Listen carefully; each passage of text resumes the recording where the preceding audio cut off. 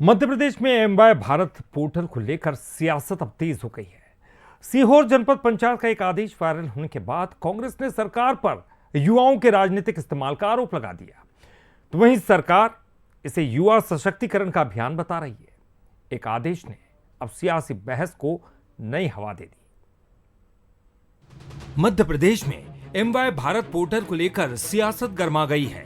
सीहोर जनपद पंचायत का एक आदेश सोशल मीडिया पर वायरल हुआ।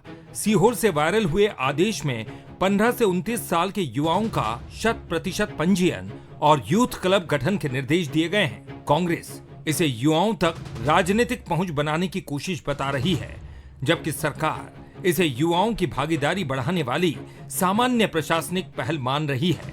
ऐसे में जब हाल ही के दिनों में जेनजी से जुड़े मुद्दों की चर्चा तेज रही, इस आदेश ने राजनीतिक बहस को और हवा दे दी है।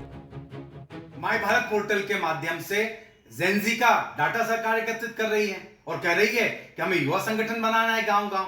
तो भैया युवा संगठन आप खूब बनाओ, कितने लोगों का बनाओगे? 10 का, 15 का? उनका डाटा लो और जो इच्छुक हैं उनका डाटा लो। लेकिन आप कह रहे हैं कि 100% हमें डाटा चाहिए, उनके मोबाइल नंबर चाहिए। क्यों? क्या भारतीय जनता पार्टी इसके माध्यम से अपनी विचारधारा का प्रचार प्रसार करना चाहती है? क्या डिजिटल माध्यम से उनको अपने इन्फ्लुएंस में लेना चाहती है? जेनजी का जो आंदोलन हुआ उससे सरकार डरी हुई है और उनको अपने फेवर में लेने के लिए तरह तरह के हथकंडे अपना रही है। सरकार और बीजेपी का कहना है कि एमवाय भारत केंद्र सरकार का युवा सहभागिता मंच है, जिसका उद्देश्य युवाओं को स्वयं सेवा, कौशल विकास और राष्ट्र निर्माण से जोड़ना है। रजिस्ट्रेशन बढ़ाने और यूथ क्लब बनाने के निर्देश नियमित प्रशासनिक प्रक्रिया का हिस्सा है। इसे राजनीति से जोड़ना गलत है।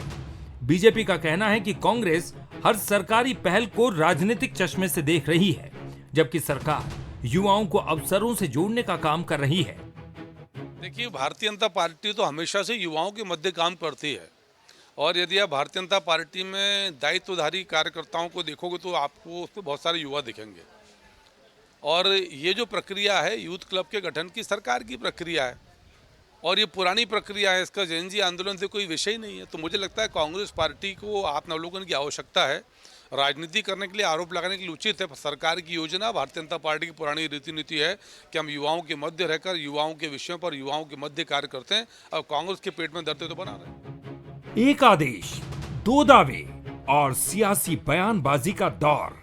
सवाल सिर्फ पोर्टल पर पंजीयन का नहीं, बल्कि उसकी मंशा को लेकर खड़े किए जा रहे हैं। कांग्रेस इसे राजनीतिक रणनीति बता रही है, तो सरकार इसे युवाओं के लिए अवसरों का मंच कह रही है। अब देखना होगा कि ये विवाद जल्द थमता है या प्रदेश की राजनीति में नया मुद्दा बनता है। समय बदला है, समय के साथ युवाओं की सोच भी बदली है। जैन जी इसका उदाहरण है। लेकिन भारतीय जनता पार्टी भी ये समझ गई है कि अब हमें युवाओं के साथ चलना होगा।